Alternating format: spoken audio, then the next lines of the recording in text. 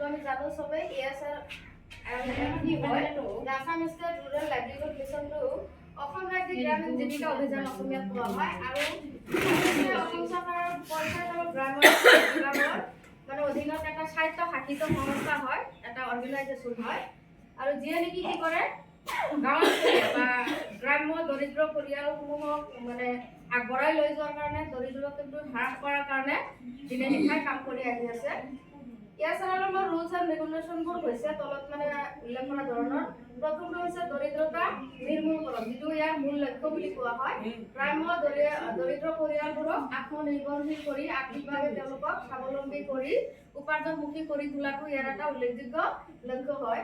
মহিলা সবলীকৰণ, আমি মহিলাবোৰক মানে স্বনিৰ্ভৰশীল কৰাৰ কাৰণে, সেল্ফ হেল্প কৰাৰ কাৰণে, যাতে আমি নিজে নিজৰ ভৰিত থিয় দি কিবা এটা উপাৰ্জনমুখী কাম কৰি বিত্তীয়ভাৱে আমাক সক্ষম আৰু দক্ষ কৰি তোলাৰ কাৰণে কাম কৰে।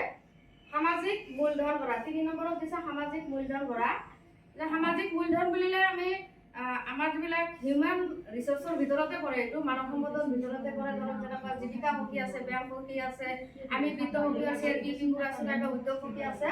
তেওঁলোকৰ দৰে ব্যক্তিসকলক গঢ়ি তুলি গোটসমূহ যাতে পৰিচালনা কৰা, টেচিজি যিবিলাক আছে সেইবিলাক পৰিচালনা কৰাত সহায় হয়, সেই কাম কৰে।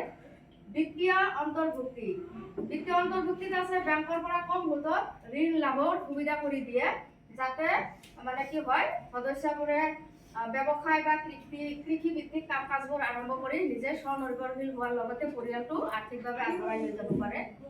তাৰপিছতো আছে দক্ষতাৰ বিকাশ। এই দক্ষতাৰ বিকাশটো আমাৰ DDU GKY লগত জড়িত হয় বিশেষকৈ, আৰু এইটো হৈছে দীনদয়াল উপাধ্যায় গ্ৰামীণ কৌশল বিকাশ যোজনা যিটো আছে, সেইটো এনেকুৱা আঁচনিৰ জৰিয়তে কি কৰে গ্ৰামীণ যুৱতীসকলক স্বনিৰ্ভৰশীল কৰি কৰাৰ ক্ষেত্ৰত তেওঁলোকে যাতে দক্ষ আৰু যোগ্য হৈ উঠে তাৰ কাৰণে বিভিন্ন ধৰণৰ প্ৰশিক্ষণৰ ব্যৱস্থা কৰে, আৰু সেই প্ৰশিক্ষণ প্ৰাপ্ত হৈ তেওঁলোকে এটা নিয়োগ লাভত সহায় কৰে। এইখিনি আছিল আজিৰ আমাৰ rules and regulation of ASRLM। Thank you সকলোকে।